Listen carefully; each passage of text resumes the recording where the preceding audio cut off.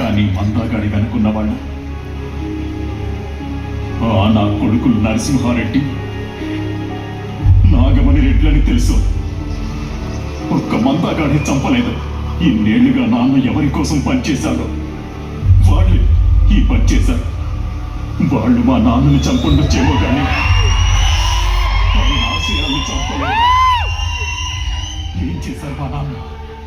అందరినీ సమానంగా చూశారు. దానికే చంపేస్తారా? ఏం తప్పు చేశారు ఆయన? మా నాన్న వీరభద్రయ్య చచ్చిపోయాడు అనుకుంటున్నాను. చావలేదు. ఆయన రక్తం నాలోనూ ప్రవహిస్తోంది. ఈ నేలను వాళ్ళ రక్తంతో తడిపేంత వరకు నా పోరాటాలు ఆపను. రక్తపాతం